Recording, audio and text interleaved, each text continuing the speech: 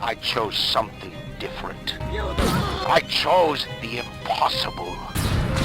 I chose rapture.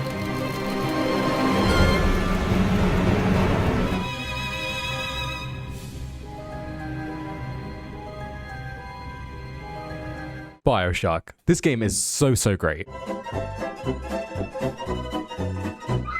But seriously, this game was released back in 2007 and made gamers rejoice, and almost a decade later, in 2016, we received a remastered version, cause, you know, can't have too much of a good thing, am I right? I'm right. Now, I've always held this game in such high regards as one of the best story-driven first-person shooter games ever released. And nowadays with Mood Eternal and the Resi game, the Hand Pain Simulator 2021, I want to see if this game still holds up to the current AAA heavyweights in the genre. I want to see if it is as good as the other games in today's day. Don't get me wrong, this game drowns me in nostalgia every time I play it. So I'm going to be super biased, but I wanted to give my 2 cents, and of course, for you guys that haven't played it, spoilers, out of the 2 of you watching this right now, the 1 of you that hasn't played it, please go do that now, don't watch this. Bit of backstory, I was late to the HD generation of gaming. While everyone was getting Xbox 360s and PS3s, I was still sitting here with my GameCube like, man, Wind Waker's so much fun. But I did want a 360, mainly to play Halo 3 with my friends. So that Christmas, Mother Ty bought me a 360 and a copy of Halo 3. Though when she was buying the console at the shop, she got talked into buy me a couple of extra games along with Halo 3, that being Bioshock and Fallout 3. Like I said, I was late to this generation. But to that sales rep, if you're still out there, dude, you are doing God's work. Let's just say that Christmas, I lost my shit. But anyway, I'm getting off topic. Does this game hold up? Let's dive in and take a look. We get it. The game opens up with Jack, our friendly neighborhood daddy issues. Ha, relatable. Chilling on this smoky-ass flight, holding a gift box which reads, "To Jack with love from mum and dad, which you kindly not open until..." Sad face. Ominous. Then the plane gains sentience and realizes it's afraid of heights, and we crash. Somehow surviving the crash, Jack swims up to the surface, and this right here is an amazing set piece. I can't believe these graphics still hold up as well as they do to this day. Swimming to the closest shore, you see the aftermath of this crash, and this one piece of the plane just sinking into the deep blue. It's very slowly, and I had to hang around to see if anything happened.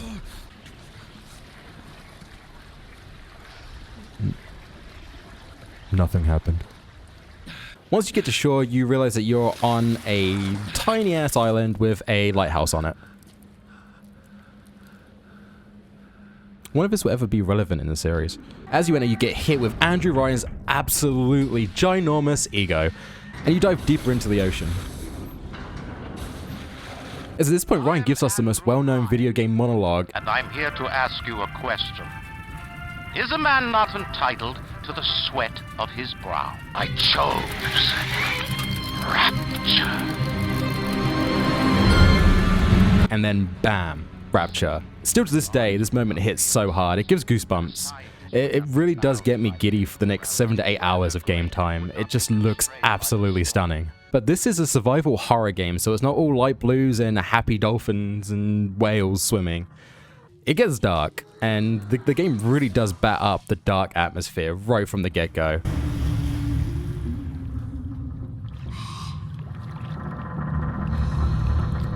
Is it someone new?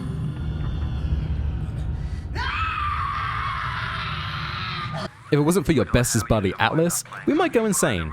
Never change, bestest buddy. I'm Atlas, and I aim to keep you alive. Now keep on moving.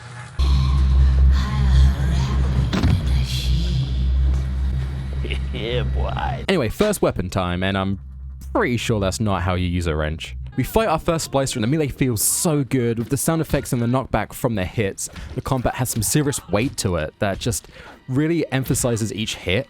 And of course, well, ragdolls. Ragdolls are always a peak decision in video games. Every game needs ragdolls. I will sign a petition. Anyway, hey look, a random ass needle. I have no idea where this has been or what this does. Your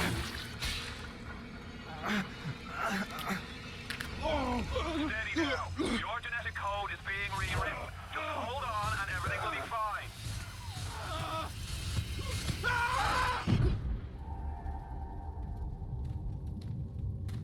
While Jack sleeps off his newfound addiction, I want to talk about the story of the game, or more so the story of Rapture, as Jack's sole story so far is just, this place is kind of whack, let's go high five Atlas and leave. That's it. The story is more focused on the city and what happened to it. It's mainly told in the environment and set pieces and what the splicers do and say. It's truly amazing. You have to uncover this yourself. Want to know more about what happened? You can pick up these audio tapes throughout the game, and some of these range from pretty funny. You care to tell me why you've had a hole in the wall the size of Plymouth Rock coming out of your crapper going on 3 weeks now? Nah, I ain't saying I'm Shakespeare. I'm trying to run a respectable theater. I got working folk coming in from Port Neptune trying to catch a little diversion, and all they can think about is the stink coming out of your shitter. To outright terrifying. Silly.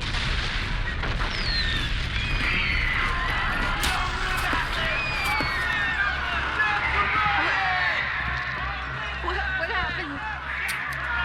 Oh, I'm bleeding. Oh, God.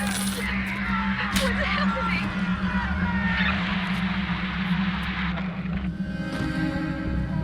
And it works so well. As a Dark Souls fan, I love having the lore around me if I want to learn it, but I can easily just say nah and kill things. It hits a note that pleases my monkey brain.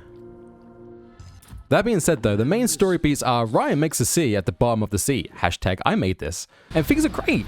But once plasmids are made and anyone can basically play God, things get a bit wild. Some jerk named Fontaine pops up, adds fuel to the fire by encouraging the lower class to rise against the higher ups. It's a massacre and a lot of people die. Andrew, man, I thought you wanted to make something different down here, bro. That actually kind of sums up most of this story. Anyway, Jack sleeps off his overdose like a bad hangover and moves on. Hey, I remember this.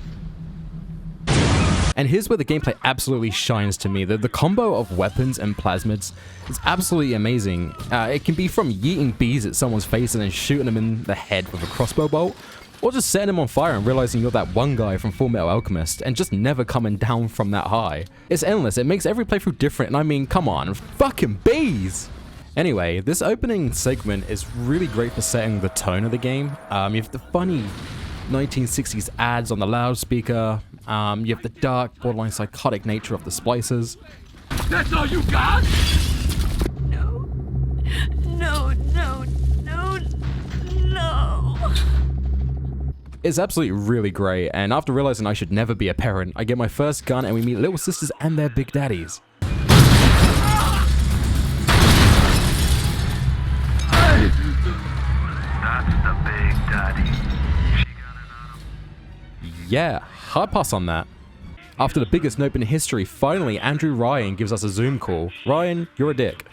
We head over to the next area, which is the medical ward. It's here where the game really stops holding your hand. You literally have to defend for yourself now. Right off the bat, we do find a little robo buddy that we can hack. And this minigame has some contention. It's basically Pipe Dream, and it's harmless. It fits the theme, and I give it a meh. One quick hack down, and we own a robo buddy to help us fight baddies. I'ma call you Terry.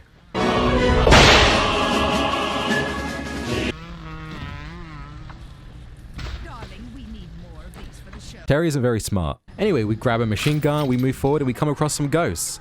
Yes, ghosts. Did I star? Due to the Eve pumping through our system thanks to the Zeus juice, we get a little glimpse to the past, and it's just not super happy.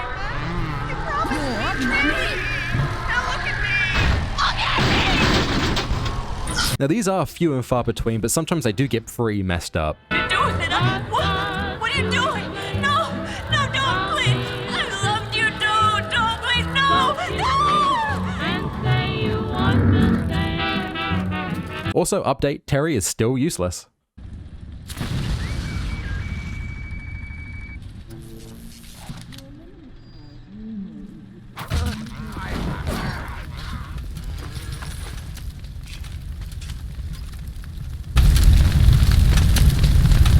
Like seriously, I don't know why I have him around. Moving along, I shit my pants.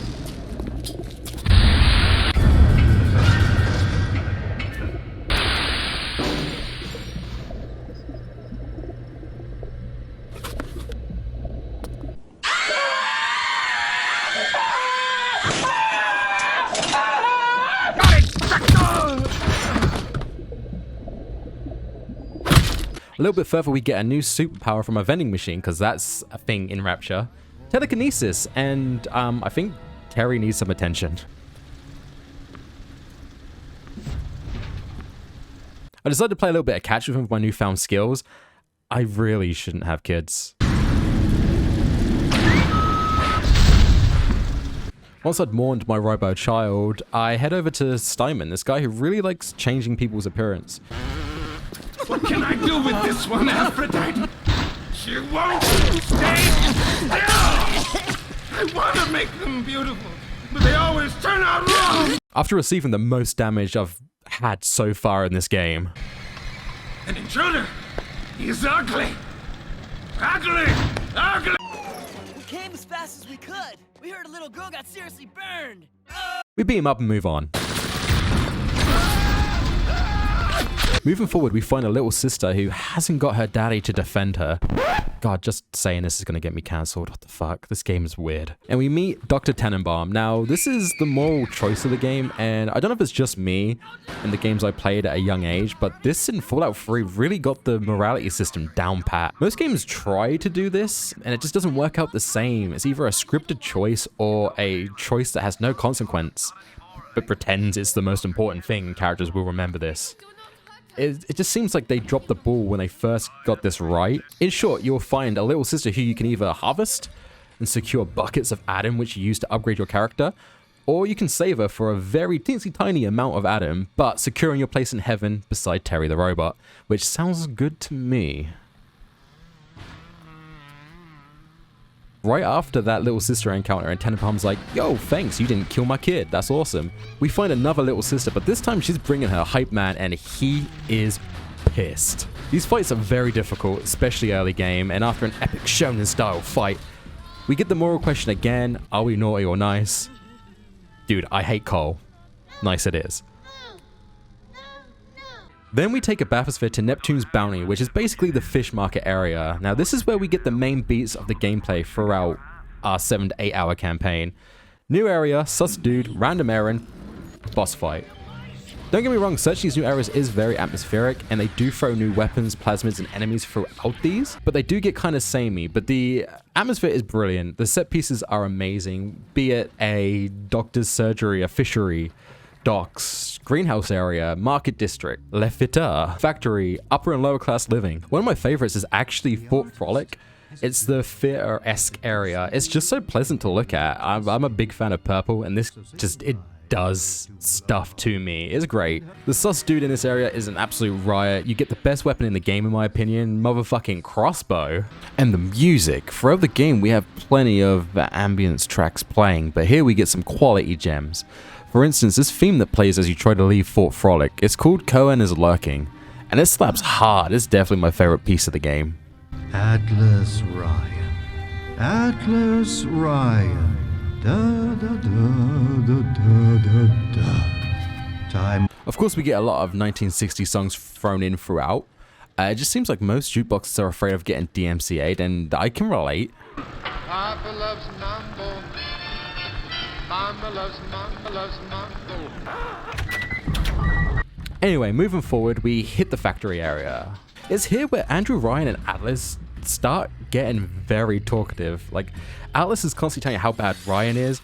Ryan's constantly saying how much he hates you. It's just a mess. Like, Andrew Ryan's comments all the time, he's just constantly talking down to you. Like, if I lived here and had this guy talking non-stop in this city, I'd go a little bit splicer as well. Anyway, moving on, we build a motherfucking bomb, fight a bunch of splicers, and then bam. Oh no. The game all but tells us this story, and this moment here where you drop out of a vent, it's just bam, here you go, exposition.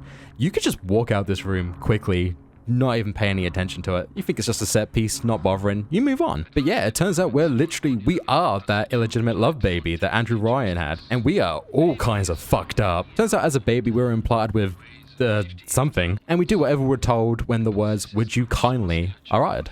I told you, we're fucked up and we have daddy issues. This is a game for me. Anyway, we rebel against Daddy Dearest, and our best buddy, Atlas, turns out to be... Anyway, we escape, we meet Tenenbaum, and we need to figure out a way to fix the something wrong with our baby brain. So we stop doing as we're told. Because if we're going to rebel, we've got to do it right. I like this section as well, because it does show through the little girls the path that you've chosen throughout the game. Whether you're being the savior and all-around cool guy, or the douche that just has this weird addiction thing with Adam. Like, it's really cool. They do react. They either hate you or love you. But this is, again, kind of like when the morale system doesn't work. Because even if we had been killing these kids all the way up to this point, there would be some here to save us, and Tenenbaum would still ask us to help. Which doesn't make much sense from a character point of view, but Rapture's fucked up, so meh. We move on and we get the first part of the cure. Now this first part, though, takes away some of the effects that Atlas has on us. Oh, sorry, Fontaine. But this part of the cure does mess up our plasmids, which will start to change every few minutes, which is kind of interesting. It adds a bit of suspense to this bit of gameplay when we're heading over from the higher up section to the lower class citizens section. It makes you feel like you're in a rush. You're not. And sometimes you actually get better plasmids than you had before. It's completely random. And it kind of just adds to the gameplay. You try out new things. You're like, oh, this plasmid's actually kind of pretty cool. And you move on. Anyway, we get the second part of the cure and we head off to face Fontaine. And dude, he is swole. After a quick little trace, he gets away and Tenenbaum isn't too pleased about that. Come to you and Frau Kraut. You keep on coming, and Rapture's a fish tank. Shite! You let him get away. What? Anyway, this door's locked, so let's go become Big Daddy. Yes, a Big Daddy. Did I stutter? This bit's kind of annoying. You find a few pieces just exploring and getting your little sisters and everything like you would do in every area. But I don't know if it's just me, but there's always one piece. It's usually the boots for me, but this time it was the helmet. I could not find it. I spent hours searching for that last piece. The first time I actually used the map was here. I didn't even know we had one up to this point, but using the map, I found an area that I hadn't checked before. Bam, got the helmet. Not great, but whatever. The map's there, probably for this reason alone. And this is where the game falls apart for me. Next section is, did anyone say escort mission?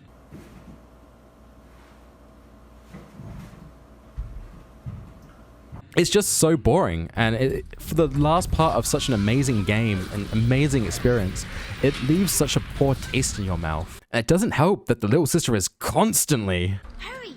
Hurry, Mr. Bubbles! Hurry! Hurry! Hurry! Hurry, Mr. Bubbles!